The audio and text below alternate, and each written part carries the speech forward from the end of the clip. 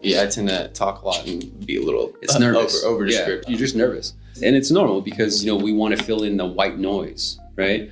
But you have to kind of change your perception on that and realize that, number one, that person you're talking to does not know you're a junior. They don't know you don't know a lot, right? They have no idea. The only perception that they have of you is that you're the person that's going to give them the information that they need.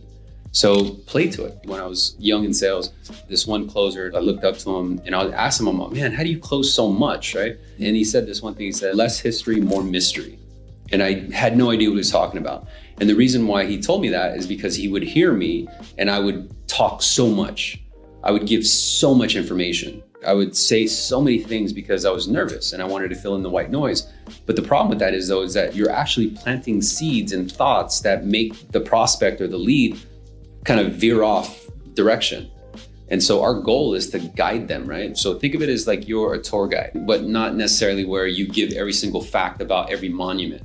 Like, this is the monument back in 1973, here's a fun fact story. Not like that. A tour guide is you're talking to them and you're guiding them through, the phases.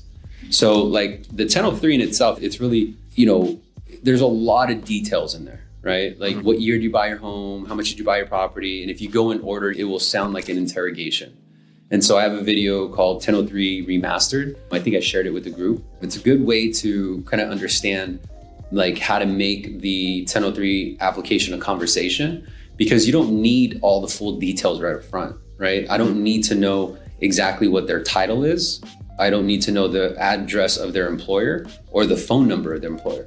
So I never asked that on my first conversation, because when I ask certain questions, the last thing I want to do is make them think that they're committing to me or they're applying for something.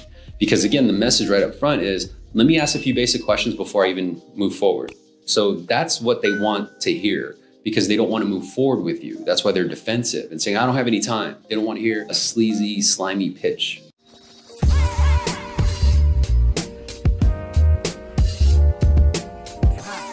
Connected to SalesRemastered.